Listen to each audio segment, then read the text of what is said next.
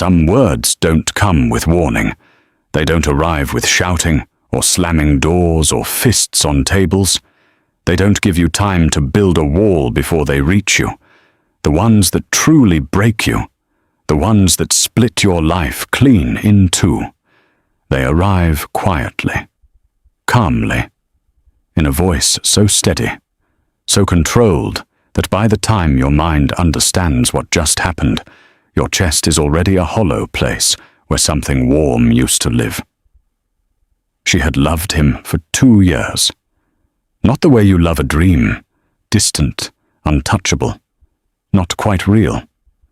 She had loved him in the way only the truly brave allow themselves to love, with her whole self, completely, without holding anything back in case it hurt. She had given him her trust in stolen evening hours. She had believed in the warmth he showed only her, or she had pressed her ear to his chest in the dark and listened to his heartbeat as if it were a promise. And then, on a midnight in the great obsidian hall of Valkyrin Keep, with rain crawling down the stone windows and torch fire casting long, cold shadows across the floor, she told him she was carrying his child. And he looked at her with those steady iron eyes and said 7 words that would define the rest of her life. I want an heir, but not with you. This is the story of what came after. It is the story of a woman who walked out of iron gates into the rain with 1 bag, 3 coins, and a life growing inside her, and built herself into something so whole, so rooted, so entirely her own, that when the most powerful alpha in the Eastern Realm came looking for her 3 years later, she didn't need him. She had already become the answer to every question she used to ask. This is not a story about whether he deserves forgiveness. It is a story about what it means to choose, with full eyes, full knowledge, full strength, to let something new begin. Stay with me. This one matters. Hey, quick question. How are you feeling right now? Because I need to check on you before we go any further. Thank you so much for being here. It really means the world to me. It is essential that we get your support through subscriptions, likes, comments, and shares. So, if this story is already pulling at your heart, which I know it is, please hit that subscribe button, smash the like, and drop a comment telling us where you are watching from. It helps more than you know. Thank you. Now, let us get back to the story. The obsidian hall of Valkyrin Keep was the kind of room that remembered every verdict ever spoken inside it. The walls were black stone, quarried from the Ashfall Mountains 3 generations before, cold in every season, even in summer, when the rest of the keep sweated under wool and fire. At night, when the torches burned low and the rain came in sideways off the northern plains, those walls held the cold, the way old grief holds silence. Deep, permanent, indifferent to everything happening inside it. Elyra Moonfang had learned, in 2 years inside these walls, not to fight the cold. She simply wore it. She moved through it. She let it exist beside her the way you let an old wound exist. Acknowledged, known, no longer catastrophic. She stood now at the center of the hall, her hands clasped so tightly in front of her that her knuckles had gone white, and she was not thinking about the cold. She was thinking about the words she had rehearsed for 4 days. 4 days of pressing them into the dark of her small room at the edge of the keep. 4 days of saying them to the ceiling at midnight, to the reflection in her wash basin, to the window above her bed, where she could see one narrow slice of the sky between the turrets. 4 days of learning the shape of them in her mouth until they sat there like something familiar, something manageable, something she could carry without falling. Arixor, I carry your child. 6 words. She had counted them. 6 words was a manageable thing, 6 words was not a catastrophe. 6 words was simply the truth, and she had never been afraid of the truth. Yet she had spent her whole life being a person who looked at true things without flinching. She told herself she was ready. She was not ready. Arixor Stormfang stood at the far window, his back to her, the silver wolf crown catching the torchlight in thin, cold lines across the back of his dark hair. He hadn't turned when she entered. She had heard his quiet instruction to the guards before she came in, "Leave us." And the doors had closed behind her with the heavy, deliberate weight of something being sealed. He had not moved.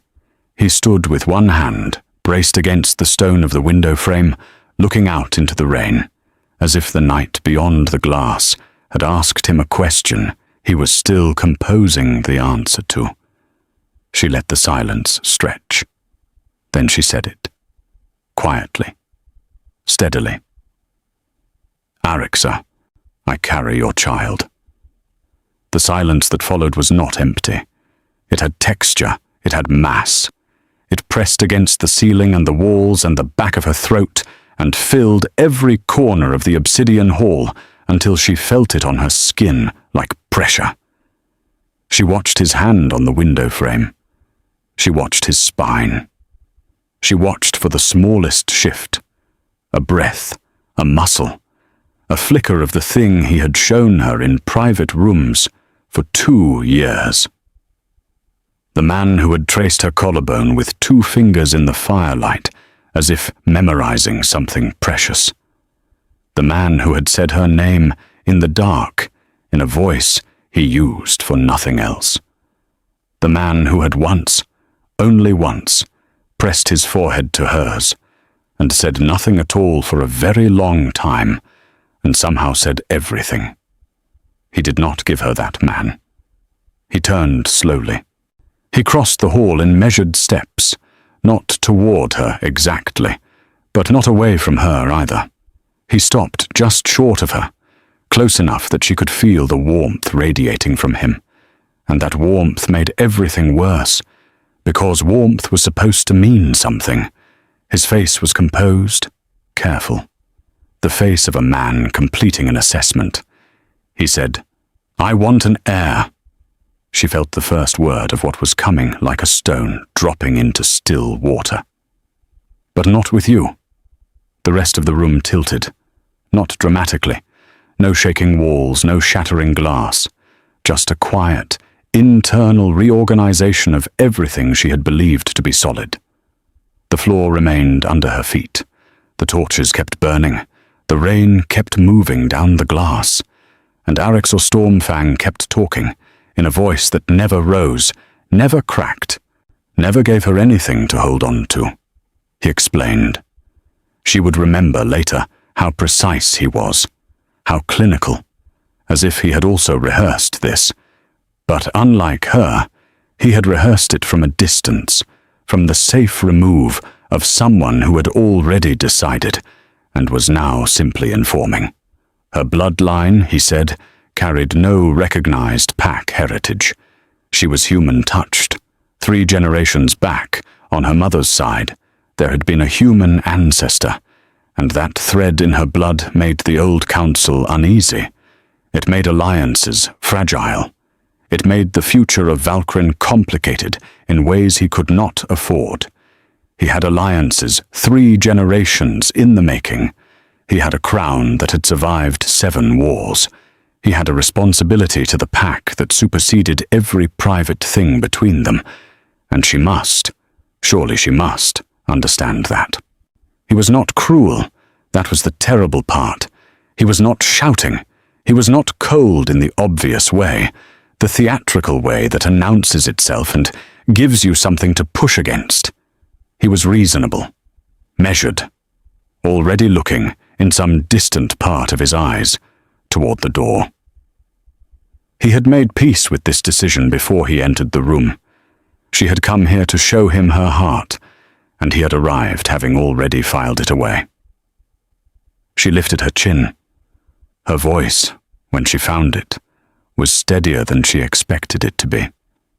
Steady the way a thing is steady when it has been carved from something harder than feeling. And what we had, she said, was that nothing? 3 seconds of silence. It was never meant to be permanent. She heard it. She stored it. She did not collapse, or because she was not the kind of person who collapses where others can see. She was the kind of person who waits. She said, "Then I will leave." He said nothing, and that nothing was the loudest thing in the room.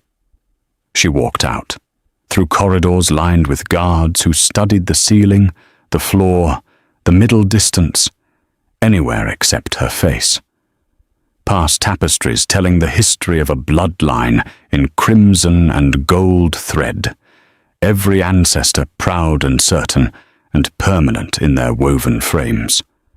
Past the great entrance hall where the wolf-head doors stood open to the rain and the dark beyond. She packed in 12 minutes. 1 bag. She didn't take anything he had given her.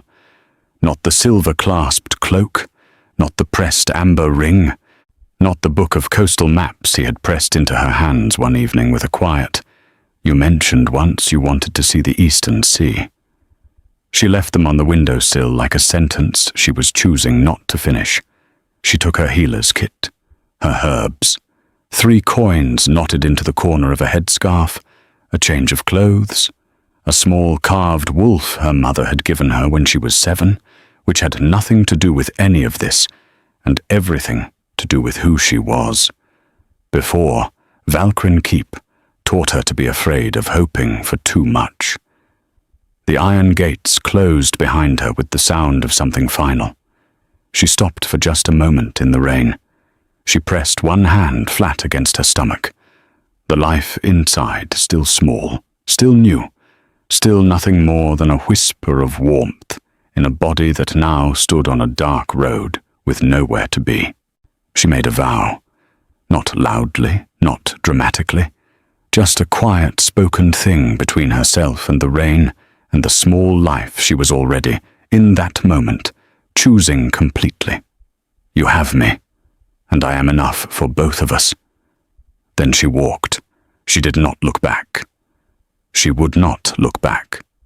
Not because she was not grieving. She was. Every step away from those gates cost her something she could feel in her ribs. But grief, she had learned early, was not the same as being lost. You could carry grief and still know which direction was forward. You could be heartbroken and still be walking. And Elyra Moonfang had never, in her life, stopped walking. East. She would go east. She had read once, in a book of coastal settlements, about a village at the base of the Ashfall Cliffs, where the sea came in warm in summer, and no one asked you about business that wasn't theirs. She would go there. She would figure out the rest when she arrived. 3 weeks of road. The first 3 days were the hardest, not because of physical difficulty, though the eastern road was uneven and the weather stayed cold, but because the silence had no furniture in it yet. In the years inside Valkyrin Keep, she had grown so accustomed to the sounds of a full household, a living keep, a man she loved in the next room, that the absence of all of it sat in the air around her, like a question mark she didn't yet have the language to answer. She answered it the only way she knew how. She kept moving. On the 4th day, she traded 3 hours of healer work at a roadside village, a child with a chest cough, a farmer's infected hand, an elder with joint pain she could only partially relieve, for a full meal and a dry place to sleep. She realized, stirring an herbal compress over a borrowed fire, that she was good at this. Better than good. Her hands moved through the work with a certainty her heart didn't yet have, and there was comfort in that. The body remembers what it knows, even when the rest of you is in pieces. By the 2nd week, she had stopped reaching for grief in the night and started reaching for plans instead. By the 3rd week, She could smell the sea. Drovenmere arrived like an exhale. It was a small village. Not so small it felt lonely, but small enough that every person in it eventually knew every other person's name, and their preference in tea, and their opinion about the questionable quality of the fish market's offerings on Fridays. The buildings were pale stone, salt-bleached, built close to the ground, as if they had grown there rather than been constructed. The sea was everywhere, in the air, in the sound, in the way light moved differently here, liquid and open. Nothing like the heavy interior dark of the eastern plains. She arrived on a grey morning, with her bag on her shoulder, and her hand pressed to her stomach in what was already becoming a habit. A quiet check, a small accounting. Still here. Still mine. Still ours. She walked to the only remedy shop in the village square. A hand-painted sign over the door read, "Vedra Silverhowl, Remedies and Consultations. Knock loudly." She knocked loudly. The woman who answered the door was somewhere past 60, with the hands of someone who had ground and measured and mixed for 40 years, sharp eyes behind worn spectacles, and the expression of a person who had seen enough of the world to be neither surprised nor impressed by most of it. She looked at Elyra for a long moment. She looked at the single bag. She looked at the careful way Elyra was holding herself together. "The back room has a cot and a stove," Vedra Silverhowl said. "Can you start tomorrow?" "I can start now," Elyra said. "Good," said Vedra, and stepped aside to let her in. It was not dramatic. There were no ceremonies. She simply walked through a door and began. The first weeks inside Vedra's shop were an education in a dozen kinds of quiet, of the quiet of work that requires full attention, the particular focus of someone measuring a precise amount of something, or timing a slow extraction, or deciding between two similar herbs by smell alone. The quiet of a woman like Vedra, who communicated mostly in nods and occasional, extremely accurate observations that arrived without warning and landed like someone placing a perfectly thrown stone. And the quiet of Drovenmere itself, not silence, but a slower, easier sound. The sea, the fishing boats arriving before dawn, the baker Dryston Gravewood opening his shutters at first light with a particular creak that Elyra could set a clock by. She began to know the village the way you learn a place when you are living inside it rather than passing through. She learned which families had long winters and which had shorter ones. Nor she learned that Thyra Ashclaw, the village midwife, a woman of solid opinions and zero tolerance for nonsense, came to check on her every other week with iron supplements and practical instruction delivered in the tone of someone who had decided Elyra was worth the investment of information. She learned that Dryston Gravewood, the baker, argued with her every single time she told him that honey had measurable value as a wound treatment, and lost every single time, and would argue again next week with the same energy. She started to feel something she hadn't expected to feel. She started to feel like herself. Not the version of herself that had existed inside Valkyrin Keep, smaller, quieter, careful not to take up too much space in rooms that had always been his. But an earlier version. A pre-Valkyrin version. Or the version who had learned her first herbs from her grandmother's garden, and known, even at 10 years old, that this was the kind of knowing that actually meant something. She pressed that version back into the shape of her, like someone smoothing a wrinkled cloth. It fit differently now, looser in some places, more settled in others, but it was hers and she wore it. She did not think about Arixor Stormfang during those months. She had made that decision somewhere on the road, and she kept it. She had set him down like a bag she had been carrying too long, and she left him in the grass at the roadside and walked on. The grief was there. It wasn't gone. It wasn't pretended away. But it had been given a place, a specific, contained place inside her chest, where she kept things she had felt fully and chose not to carry forward. It lived there. It did not run the house. The only thing she carried forward was the life inside her. That she thought about constantly. That she talked to, quietly in the evenings, when the shop was closed and Vedra had gone up to her rooms and Elyra sat with her hands around a cup of warm tea and the candle burning low on the workbench.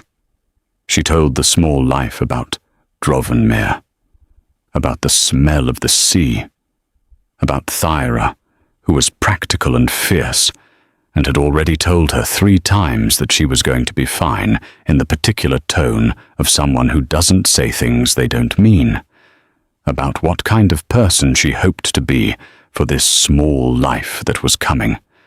Enough, she said. I am going to be enough. And she believed it. Not as a comfort, as a fact. Zeriel arrived on a night in deep winter, when snow was pressing the world into the particular hush that only comes when everything is covered and still, and the air tastes like cold light. Thyra Ashclaw was there. Vedra was there. The small room at the back of the shop was warm from the stove, and candles burned on every available surface, because Elyra had decided at some point that this moment was going to have as much light in it as she could manage. Zeriel entered the world with a cry so certain, so absolutely unapologetic, that Vedra raised an eyebrow and said, "She has opinions," which was the closest Vedra got to delighted. Thyra placed her in Elyra's arms, silver gold eyes, wide open, and already looking around with the expression of someone taking inventory. Dark hair, fine and damp, curling slightly at the temple. A jaw that was not Elyra's, or a brow that was not Elyra's. A face that carried, in its particular arrangement, the unmistakable fingerprint of bloodline. Elyra traced her daughter's cheek with one finger. She memorized the feeling of that small face in her palm. She breathed in the smell of new life, warm, clean, impossible, and made the vow she had made once in the rain, made it again now, more certain than before, the way only something lived inside can be certain. You are mine, and I am yours. No one will ever make you feel you don't belong. Not here, not anywhere. She named her Zeriel, from the old tongue, she who answers to no one's expectations but her own. It seemed right. It seemed, in fact, exactly right. The first year of Zeriel's life was a collection of moments Elyra kept like pressed flowers, flattened, preserved, or taken out sometimes in the quiet hours to hold up to the light. The enormous, surprised laugh during bath time, the first real, helpless laugh that startled them both so completely that Elyra's face broke open into something she hadn't worn in so long it felt new.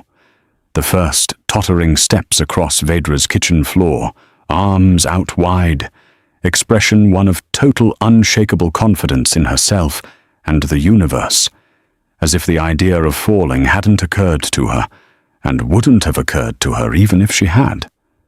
The way she reached for Elyra's hair every single time she was held, small fingers curling in, anchoring, making sure she was still there. Wolf-born children develop on their own schedule, faster in some ways than human children, in their own pattern entirely. By her first birthday, Zeriel was running, not stumbling in the direction of running, but actually running, with direction and intention, and no particular regard for the objects in her path. By 18 months, she had developed opinions, strong opinions, non-negotiable opinions about food, about the ordering of her small collection of carved wooden animals, about which of the fishing boats visible from the shop window were worthy of being looked at and which were not. She growled quietly at the neighbor's large grey cat one morning in the street. The cat growled back. Zeriel considered this for a moment, and then, apparently satisfied that the cat was her equal, moved on with her day. The cat sat in the road, looking confused. Elyra watched from the doorway and pressed her hand over her mouth to keep in the laugh. Drovenmere had adopted Zeriel. Or possibly Zeriel had adopted Drovenmere. It was genuinely difficult to say who had decided what. Dryston Gravewood, the baker, had bestowed on him the title of the Bread Man, which Zeriel considered his complete and entire identity. He seemed quietly charmed by this. Thyra Ashclaw allowed Zeriel to sit on the high stool in her consultation room during checkups and provide her own assessment of the proceedings, which Thyra described as unnecessary but not wrong. Old Vedra, who did not typically waste warmth on the obvious, had been observed twice in the back room, letting Zeriel climb her shelves and telling her the names of jars with a patience she showed approximately no one else. Elyra watched all of this and understood what it meant. It meant they had a home, not a place to stay, not a temporary arrangement, or a home, the kind built from repeated presence, from being known, from having a face that people look for in a crowd because they'd notice if it wasn't there. She was becoming someone, not the quiet, careful version of herself that had lived in the borrowed warmth of a king's private rooms, not the woman who had pressed herself smaller to fit into a life that had never quite had space for all of her. The version she was becoming now was the full-sized one, the one who opened the shop at dawn because it was her shop now. Vedra had given her more and more of the running of it in the past year, trusting her hands and her judgment without needing to say so explicitly. The one who knew every family on the street and was known in return, or the one whose daughter's laugh rang through the whole building at unexpected moments and made work feel like less of an obligation and more like the shape a good day takes. A healer named Cavor Moonclaw came through Drovenmere on his monthly circuit. He was gentle, genuinely so. The kind of person who treats gentleness as a natural state rather than an effort. He was good with Zeriel, who assessed him with those silver-gold eyes, and judged him acceptable enough to allow him to carry her on his shoulders for precisely 1 block before she decided she'd had enough of that and wished to walk.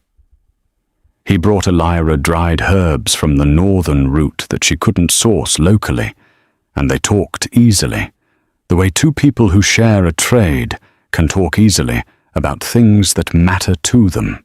But he was also fond of her in a way that she was aware of and honest about. She was honest with herself about why she wasn't fond of him in the same way.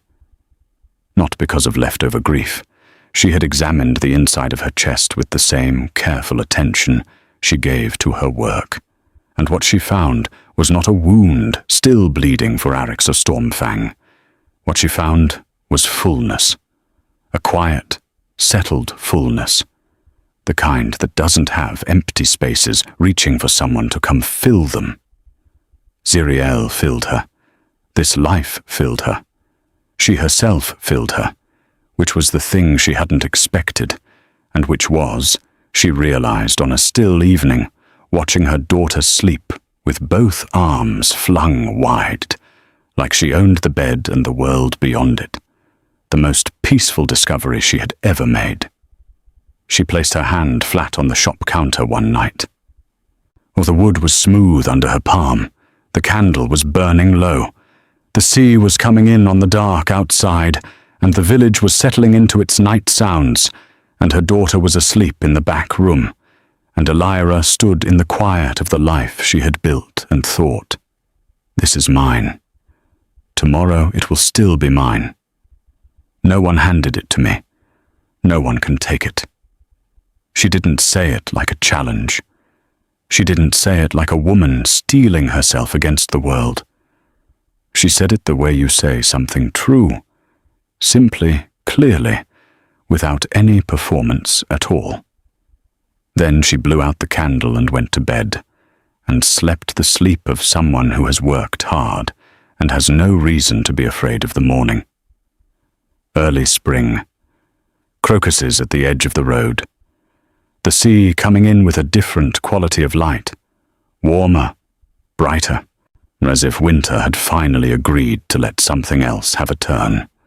Drovenmere waking up the particular way it woke up in spring, with more voices in the market, and more boats going out earlier, and the particular smell of green things growing too fast to contain themselves. Elyra had Zeriel on her hip at the market square, debating between two bundles of dried rosemary. Zeriel had an opinion about this, as she had opinions about everything, and was delivering it with characteristic precision. "That one," Zeriel said, pointing. "It smells more." They smell the same. "That one smells more," Zeriel repeated, with the unassailable confidence of a 3-year-old who has not yet discovered the concept of doubt.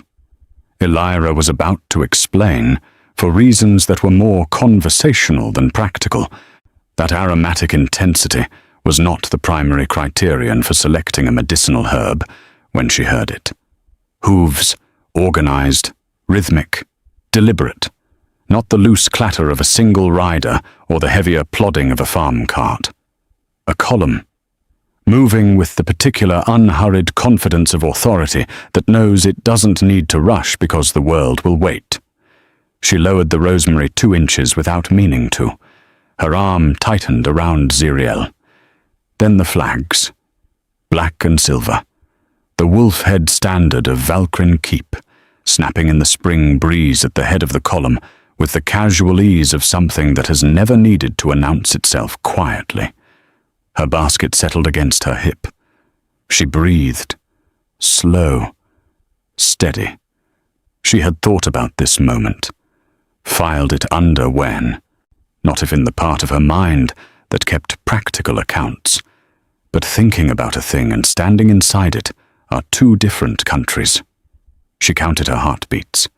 At the head of the column, on a dark grey horse whose breath made small pale clouds in the spring air, Arixor Stormfang rode with the posture of a man who carries authority the way others carry their own names, inseparable, unthinking, simply part of the shape he takes up in the world. He was conducting a patrol sweep of the Eastern Territories. His eyes moved across the market square in the measured, methodical pass of someone looking at geography, not people. And then his eyes found her. The moment it happened was visible from across the square. The methodical sweep stopped. Everything in him, horse, rider, or the contained machinery of the man she had once known in private rooms, went completely, absolutely still. The recognition moved through him like something hitting deep water, not a splash but a shift, total and immediate, all the way down. She held his gaze. She gave him nothing, not panic, not anger, not grief. She was a woman who knew what she had built in 3 years, and who stood in her town with her daughter on her hip, and she was not afraid. She was also very aware that the next several seconds were going to require every piece of her. Then Zeriel saw the horse, the large, magnificent, deeply interesting horse, standing in the middle of the square being ridden by a large, serious man. Zeriel's silver-gold eyes went round and bright with the pure, uncomplicated joy of a child who has seen something wonderful and intends it to know that it has been seen. She raised both small hands and waved, vigorously, at the horse, and possibly at the man on it. It was unclear she was making a distinction. Elyra watched Arixor's gaze move from her face to her daughter's. She watched it stay there. She watched the moment he saw Zeriel's eyes. His eyes, the particular silver gold that ran through the Stormfang bloodline, like a river through stone. In a small face, that was otherwise so entirely, recognizably Elyra's. She watched something pass through his face that she had never, in 2 years of knowing him, seen there before. She watched him understand. He had not known. She could see that, plain as daylight. He had ridden into Drovenmere on a routine sweep and encountered the existence of a daughter he had not known he had, and the blow of it, even from across a village square, was visible in the brief, unguarded moment before he reassembled his expression. Elyra shifted Zeriel on her hip. She took her daughter's waving hand gently. "Come," she said, in a voice designed to be normal and very nearly succeeding. "Vaedra needs us." She walked. Not running. She would not run in this town that was hers, on this street that she had walked 100 times, past these market stalls where people knew her name and would notice if she moved like someone afraid. She walked with her head up, and Zeriel on her hip, talking about the horse, and why large horses were superior to small horses, and whether that horse specifically would enjoy a carrot. And Elyra answered each question in the calm, even tone of a mother who is attending fully to her child, and not in any way aware of a pair of eyes on her back the entire length of the square. She got inside the shop. She sat Zeriel down with a wooden puzzle. She stood with her back pressed flat to the wall beside the window, out of the sight line from the street, and she breathed, long, slow, through the thin, clear sound of her own pulse in her ears. He was here. The thing she had filed under when, not if, had arrived in the category of now. She had always known this was possible. She was a practical woman, and she had never allowed herself the comfort of pretending that a man with the reach and resource of the Alpha King of Valkyrin could simply be left behind entirely and cleanly, with no chance of intersection.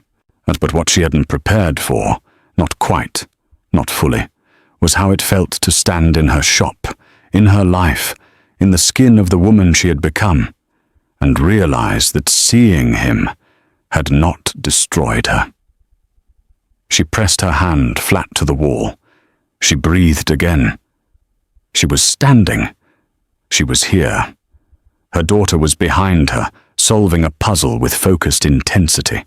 Her shop smelled of dried thyme and beeswax, and the faint salt of the sea coming through the window. She was fine. Not fine the way a person claims to be fine when they are, in fact, not at all fine.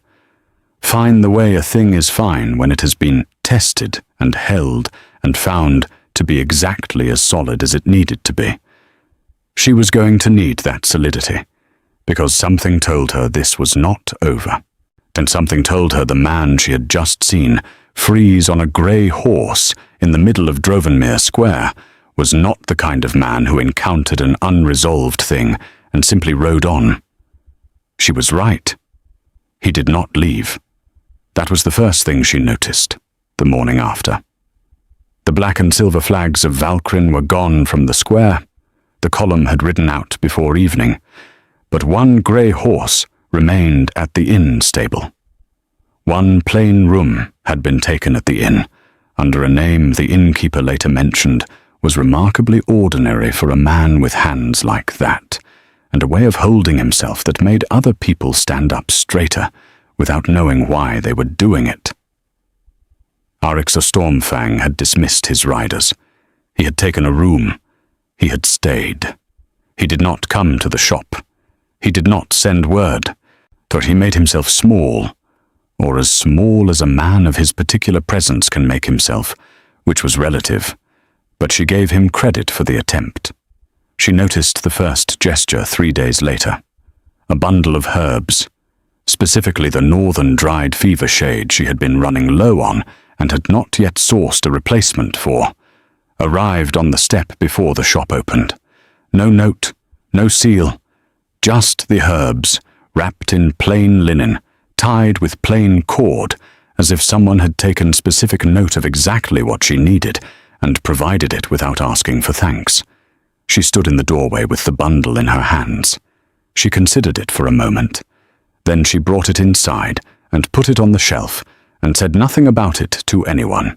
The second gesture was a small illustrated book of coastal plants that arrived for Zeriel, tucked against the door. For Zeriel, it said inside, in handwriting that had slowed itself down and made itself careful, each letter deliberate, as if the person writing was being very considered with every stroke. Zeriel received it with the gravity of someone being presented with an important document and studied it with her full, serious attention for approximately 4 minutes before asking Elyra what all the pictures were. The broken latch on Vedra's side shutter, a thing Elyra had been meaning to fix for 2 weeks but hadn't gotten to, was repaired one morning before anyone was awake to observe the repair being made. She told herself these things were not meaningful. She noticed them anyway. Then Zeriel escaped. In fairness, Zeriel escaped with some regularity. She was a child of particular speed and absolute conviction in her right to go wherever interested her, and the 3 seconds it took Elyra to turn from the herb shelf to the shop door were, apparently, all the time required.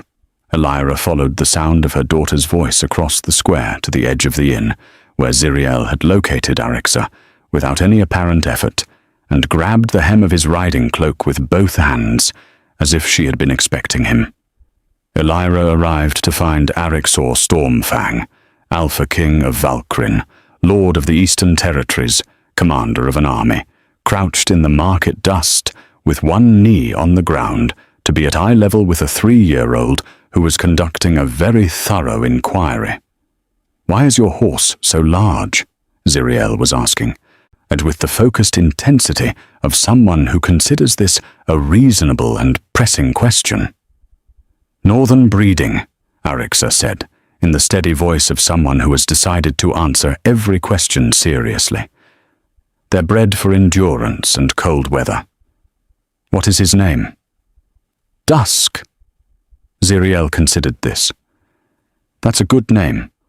Would Dusk like a carrot? I have access to carrots." Dusk is generally interested in carrots. He would likely appreciate the gesture. "I'll arrange it," Zeriel said, with the certainty of someone who has just made an executive decision. Then she looked at him with those silver-gold eyes, direct, clear, entirely unfiltered, and said, "Are you important? You look important." A pause. Brief. Then, "I used to think so. I am less certain now." Elyra arrived at that moment. She took Zeriel's hand. "Come. Vedra needs us." Zeriel went, but looked back at him, over her mother's shoulder with the diplomatic gravity of a small person who has just concluded a significant and satisfying exchange. "Goodbye, Arixor," she said, as if she had always known his name and had simply been waiting for a good moment to use it. He said her name. "Goodbye, Zeriel." Just that. Quietly, but Elyra felt the way he said it, the careful weight of it, the particular texture of a word spoken for the first time by someone who had only recently learned they had the right to speak it at all. She felt it in her chest, in the place she had specifically asked not to feel things, and she carried that warmth through the rest of the day in spite of herself. The fever came fast. It was 3 weeks after Arixor had arrived in Drovenmere on an ordinary Wednesday night, or when Zeriel went from warm to burning between sunset and midnight with the speed that wolf-born fevers move, sharp, urgent. No gradual warning, just a sudden wall of heat and the low, distressed sounds of a child whose body is working too hard. Elyra moved without thinking. She had the herbs ready, the cool water running, the compress changed every 20 minutes with the steady hands of a woman who has done this before and knows what it costs to panic. She was not panicking, But Thyra Ashclaw was across the village at a difficult birth that had been going since morning and could not leave. Vedra had gone to her daughter's house 3 towns over for the week, and the night was deep and the shop was quiet, and Zeriel was small and burning, and Elyra was alone. She was managing it. She told herself that, clearly and repeatedly, as she was managing it. At midnight there was a knock at the door. She opened it. Arixor stood in the dark in plain clothes, not riding gear, not anything official, just a plain shirt and trousers, as if he had risen from sleep and come without stopping to arrange himself. His hair was unsettled.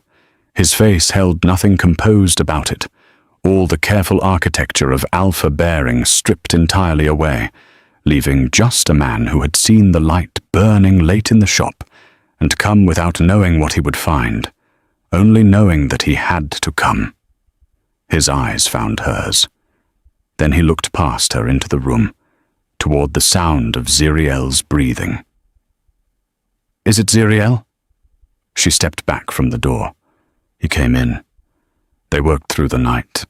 But there was a particular kind of quiet that settles between two people who have set aside everything complicated between them, because something more urgent requires every piece of what they have. It is not a comfortable quiet. It is not a warm quiet.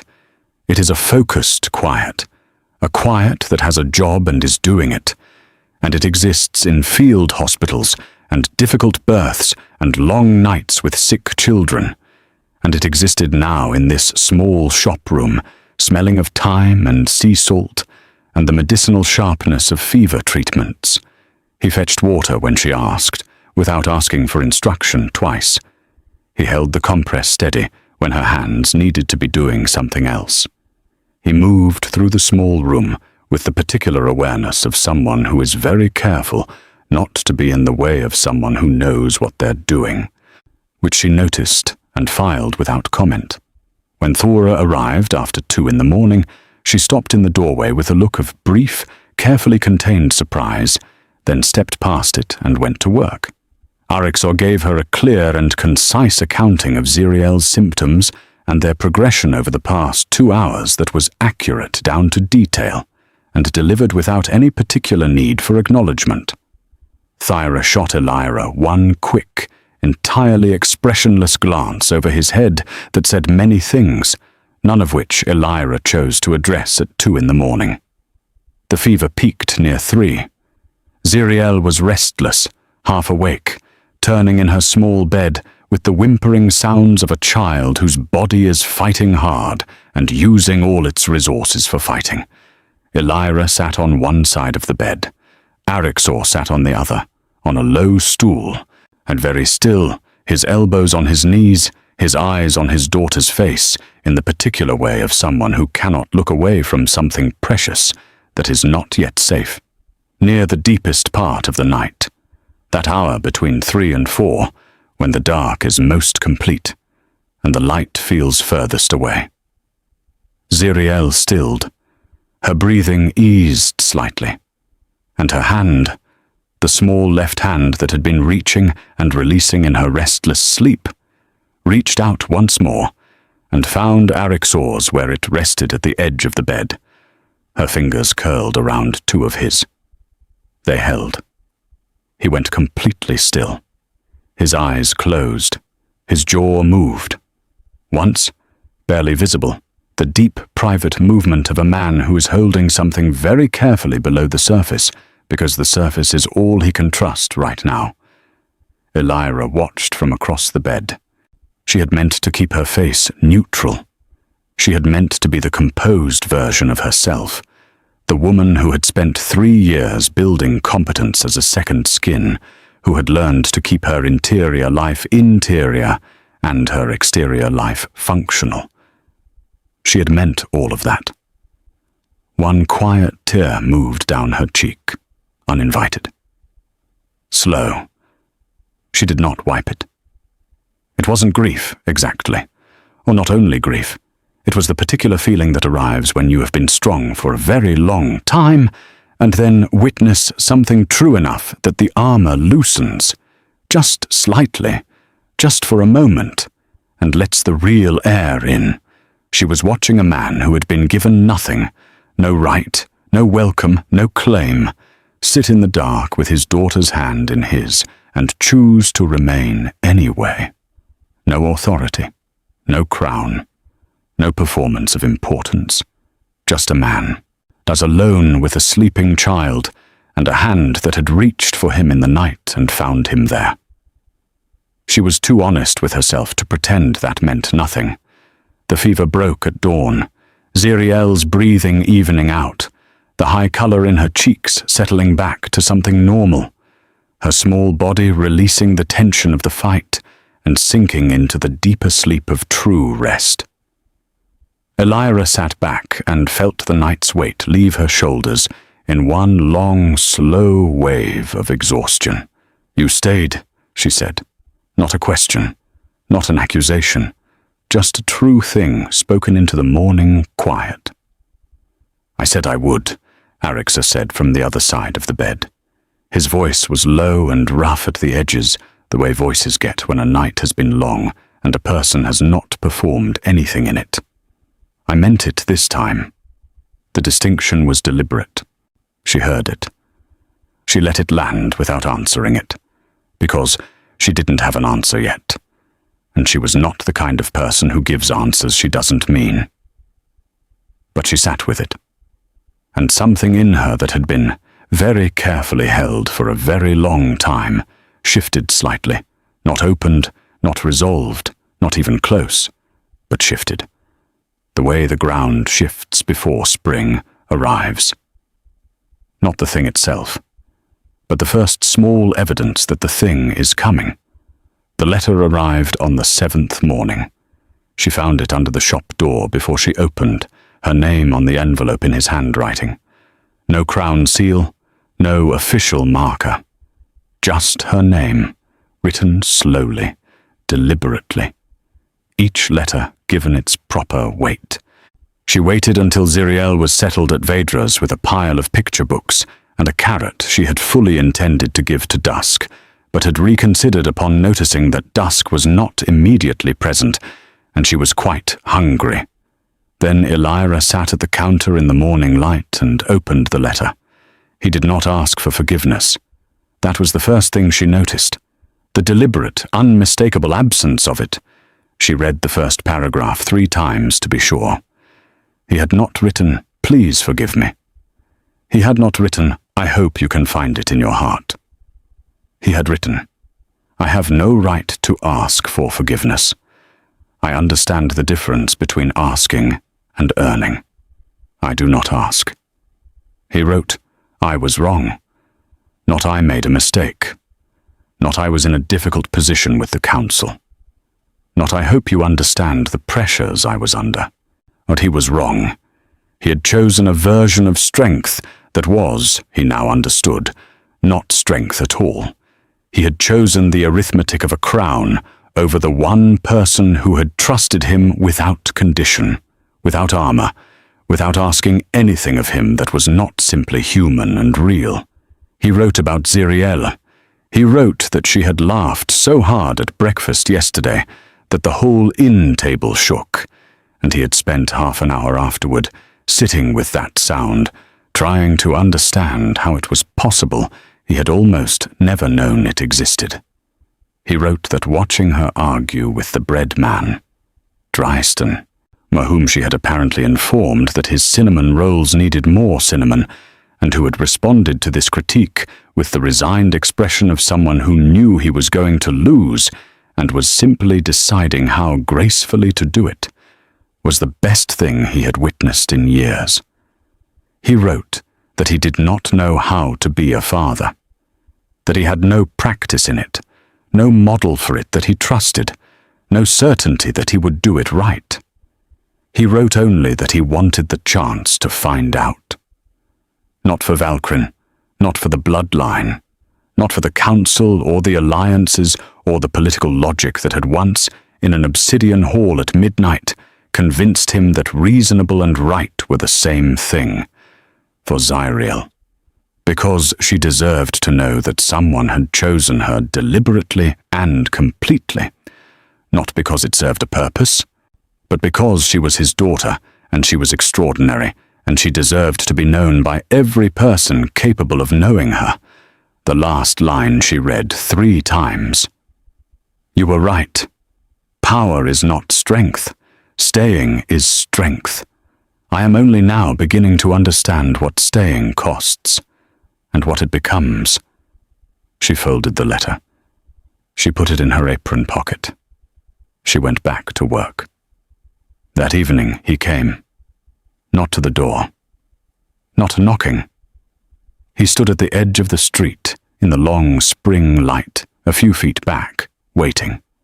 Not demanding an audience, not invoking anything. Just visible, present, available if she chose. She chose. She stepped into the doorway with her arms loosely folded, not defensively, but in the natural posture of a woman who knows what she is protecting and has decided to hold it fully awake. As she looked at him in the evening light, he was thinner than she remembered. Or rather, not thinner, but smaller in the particular way of someone who has been genuinely humbled and has not yet fully recovered their original shape. The automatic authority was still there, but it was wearing differently. Looser, less certain of itself, as if it had recently been questioned and hadn't yet decided how to answer. She read what was true in him beneath the surface. She was, by now, very good at that. It was what 3 years of being a healer does. It sharpens the part of you that can distinguish between what a person is showing and what a person is. He was not performing. She spoke first. Her voice was steady. Not cold, just steady. The steadiness of a thing that has been lived with long enough to lose its sharpest edges. Or she told him what she had carried alone. Every night she hadn't known if they would be all right, if the coins would last, if Vedra would keep her on, if she would know what to do when the difficult moments came, and there was no one beside her to carry half the weight. Every morning she had looked at Zeriel's silver-gold eyes, eyes that were not hers, that carried a face she had loved and been hurt by, and that she had to look at every single day and choose, each time, not to let that hurt change how she loved her daughter. Every moment she had been mother and father and healer and shopkeeper and the single fixed point in a small girl's whole world. Every moment she had been everything because there was no one else. She told him this not to punish him. Punishment was not what she was interested in. She was interested in him knowing the full, true shape of the thing his choice had made, because she had spent 3 years inside that shape, and he deserved to know its dimensions. He received it. He did not redirect. He did not defend. He did not explain that the council had left him no choice, or that she must understand the position he had been in. He sat inside what she said, and let it be what it was, and when she finished, there was a long quiet that was not uncomfortable, because they were both, finally, in the same room with the same truth. Then he said quietly, "The sorry I carry for it is not the kind that asks you to feel better. It's the kind that wakes me up." She studied him. She had a gift for seeing what was true beneath the surface, and he was not giving her anything false. She uncrossed her arms, just slightly. The gesture of a woman who has decided something without yet knowing exactly what. "I haven't forgiven you," she said. "I want to be clear." "I know," he said. "I'm not asking you to." She held that in her hands for a moment. The absence of a request. The absence of pressure. The man she had known in Valkyrin Keep had never asked for anything. He had simply expected. The man standing in the street in front of her shop at the edge of evening was asking for nothing, and that nothing was the most honest thing she had heard him offer. The next morning, Zeriel saw him at the end of the street, before Elyra could reach for her hand. She simply ran. Pure, uncomplicated, 3-year-old certainty. She had seen someone she had decided she wanted to see, and so she was going there. And the fact that she was supposed to be walking to the market was a competing consideration she had evaluated briefly and rejected. Elyra followed at a more measured pace and arrived to find Arixor, with Zeriel swept up in his arms, his eyes closed, and his face pressed briefly into her dark hair, while Zeriel grabbed his collar with both fists and laughed. That enormous, helpless, room-filling laugh. The one Elyra had known since a winter night in this very village, when it was the first thing Zeriel ever gave to the world. He held his daughter. His eyes were closed. His face held an expression that had no name Elyra could point to. It was too many things at once. Too real, too unguarded, too far from anything that could be managed. Then Zeriel pulled back. She took his face in both her small hands, of the way she sometimes took Elyra's face when she wanted to make absolutely certain she had someone's full attention. She looked at him with those silver-gold eyes, direct, certain, entirely unbothered by anything as complicated as history or context. Are you going to stay, Arixor? For real this time? The question was simple. It was also the most complete thing anyone had said in the entire duration of his presence in Drovenmere, because it named the only thing that actually mattered. He looked across the distance at Elyra, standing in the street with the morning light behind her.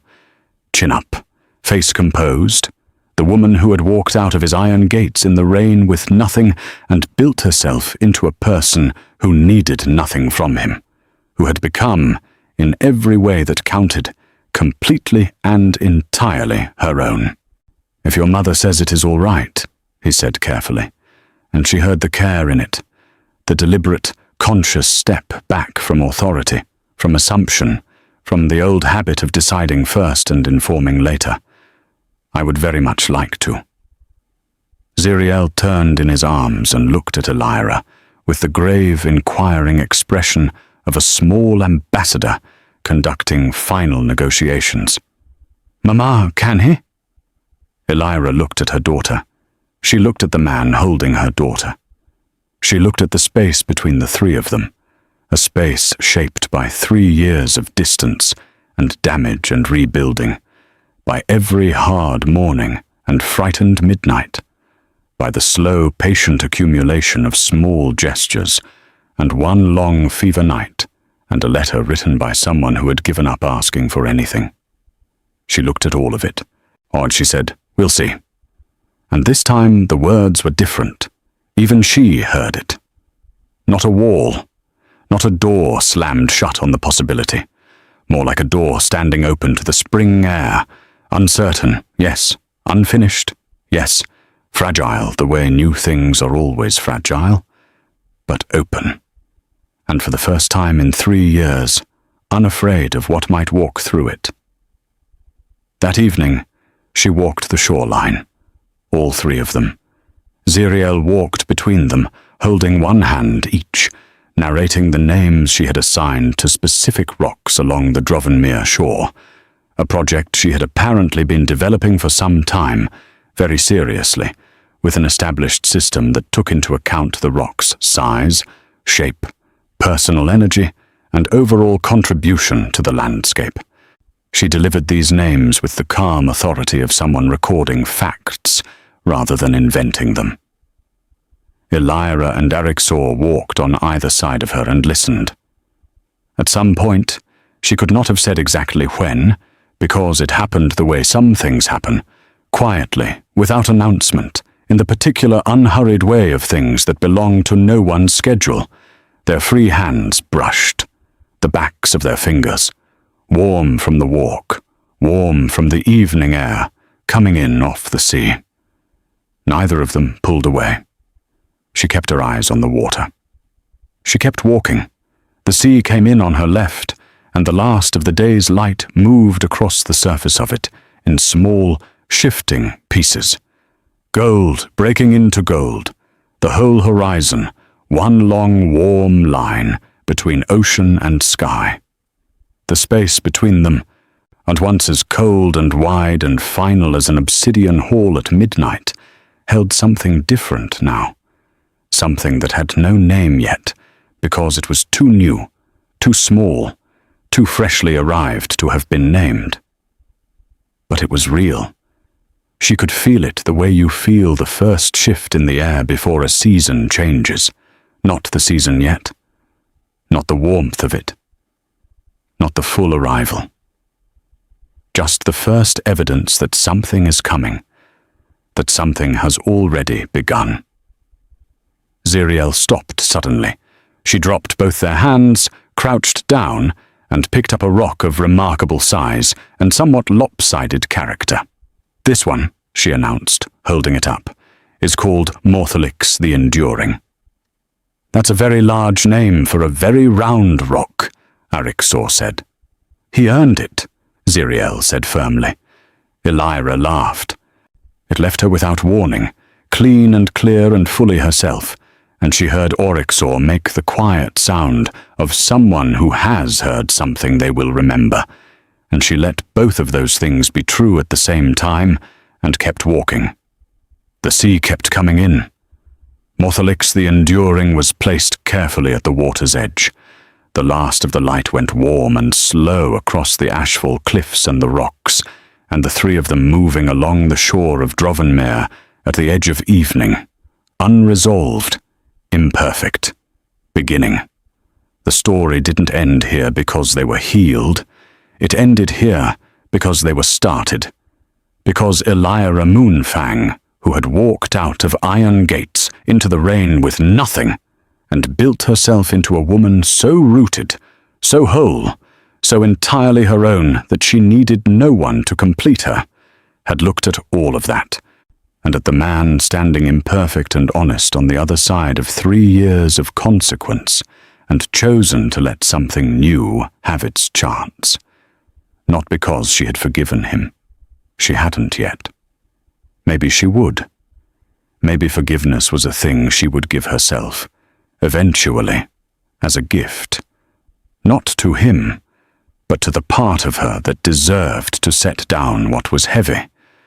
But because she was a woman who had spent 3 years becoming unafraid of difficult things, and this was simply the next difficult, real, and worthwhile thing. She was still walking. She always would be. And this time, she was choosing. Some words split the world in two.